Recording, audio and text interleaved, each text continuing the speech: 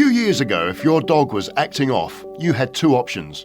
Wait and see if it got worse, or drive to the vet, spend $200 on an exam, and hear he seems fine, just watch him. That was it. That was the whole toolkit. But something has quietly shifted in the last 2 years, and the majority of dog owners have no idea it's happened. There are AI and smart tech tools available right now that can detect when your dog is in pain before they show obvious symptoms, track their health in real time while you're at work, and even read their emotional state from a photo on your phone. This is the one everyone thinks is a scam, but the peer-reviewed data actually shocked me. This isn't stuff that's coming soon. It exists, and it's genuinely changing what it means to own a dog. Here's what's out there, and what's actually worth your money. Here's something most people don't think about. The average dog owner visits a vet 3 times a year, but dogs age roughly 7 times faster than we do. So those 3 annual checkups, they're the equivalent of a human only seeing a doctor once every 2 or 3 years. That gap is where a lot of serious health problems go undetected until they're expensive or worse, too late. The reason AI tools for dog care have started gaining real traction isn't because they're trendy, it's because they solve a genuine problem that vets, as good as they are, simply cannot solve from inside a clinic. Let's go through what's actually out there.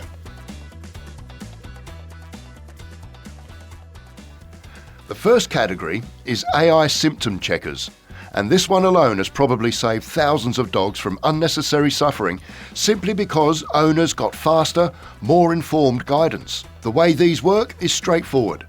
You describe what you're seeing, whether that's your dog drinking more water than usual, a change in their gait, or just a general sense that something's off. The AI cross-references that against a database of veterinary cases and gives you a structured assessment. How urgent this looks, what it might indicate, and whether it warrants a same-day vet call. Apps like Vetster and Fuzzy have built this feature into their platforms. Pet Coach has been doing it for a while, but the newer entrants, including tools built directly into some smart collar ecosystems, go further. They learn your specific dog's baseline over time, so the assessment isn't generic, it's based on your dog. That last part is the piece that changes everything, because a Labrador who normally drinks a litre of water a day, suddenly drinking 2 litres is a very different signal than a dog who's always been a heavy drinker. Generic advice misses that, personalised AI doesn't. The honest caveat here is that these tools are not a replacement for a vet. They're a triage layer. They help you figure out whether you're dealing with watch and wait or get in the car now. That distinction alone is worth a lot. This category has moved a long way from basic GPS trackers. The original smart collars just told you where your dog was. The newer generation tells you how your dog is doing. Imagine your dog, Buster, starts licking his paw at 3 a.m. You're asleep, you don't see it, but the collar logs 42 minutes of repetitive motion. Whistle is probably the most well-known. Their latest collar tracks location, yes, but also activity levels, sleep quality, scratching, licking, and calorie burn. It builds a daily health score and flags deviations from your dog's normal pattern. That scratching and licking data is more useful than it sounds. Repetitive scratching or licking is one of the early signs of allergies, skin conditions, anxiety, and in some cases, early stage pain. Owners usually don't clock it until it becomes visible. The collar catches it from day one. Phi is another strong option, particularly for owners with active or working breeds. It's been used by dog owners to identify early stage hip dysplasia simply because the dog's activity data dropped steadily over several weeks before any visible lameness appeared. Think about that for a second.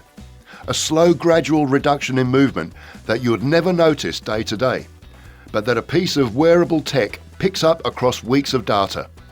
That's the kind of early warning that changes outcomes. One thing vets are increasingly saying about these collars is that the data is actually useful in a clinical setting. Owners who walk in with 6 weeks of biometric data are giving the vet something to work with.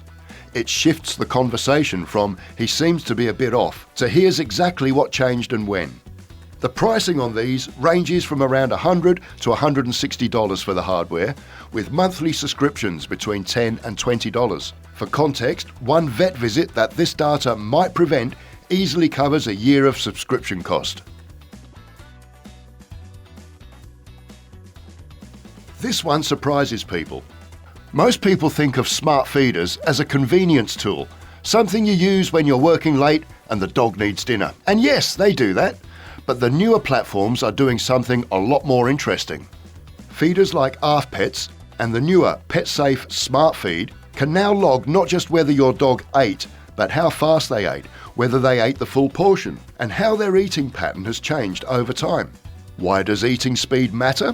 A dog that suddenly starts eating significantly faster than usual can be signalling increased anxiety, or in some cases early nausea between meals, which is a common sign of acid reflux and gastrointestinal issues that the owners almost never catch early.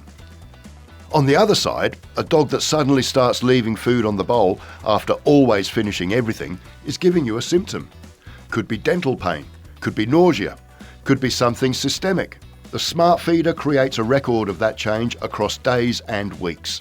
There are also feeders with built-in cameras now, which sounds excessive until you realise that watching your dog eat remotely tells you a lot about how they're feeling physically. A dog favouring one side of their mouth while chewing is almost always a dental issue. You'd probably never notice that at dinner time. A camera at bowl level shows it clearly. For multi-dog households, some feeders now use RFID microchip recognition to dispense individually portioned meals and log intake per dog. That's not a novelty, that's a real solution for owners managing different health needs across multiple animals.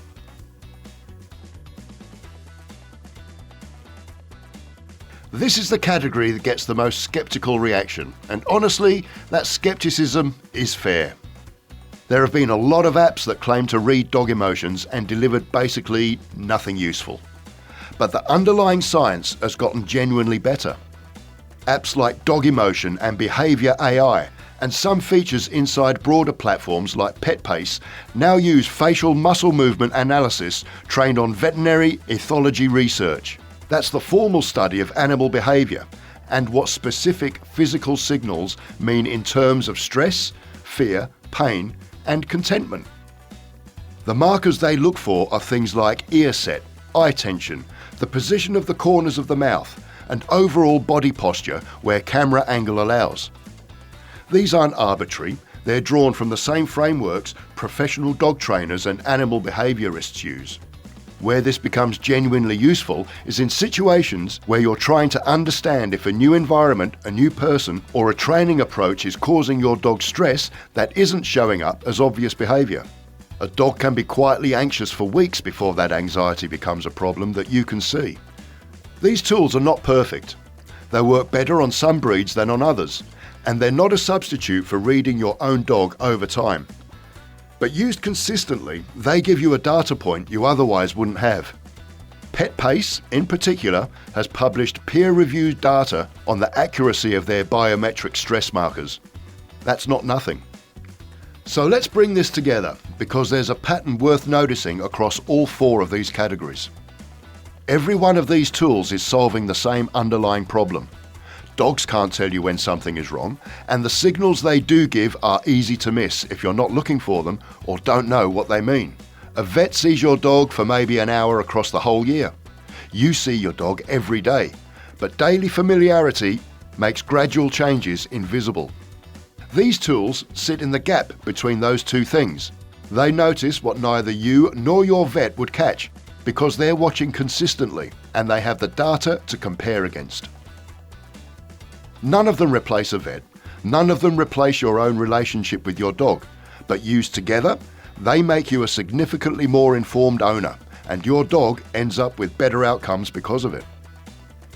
If any of these tools are new to you, the Smart Collar data point for early orthopedic detection is the one that I'd start with.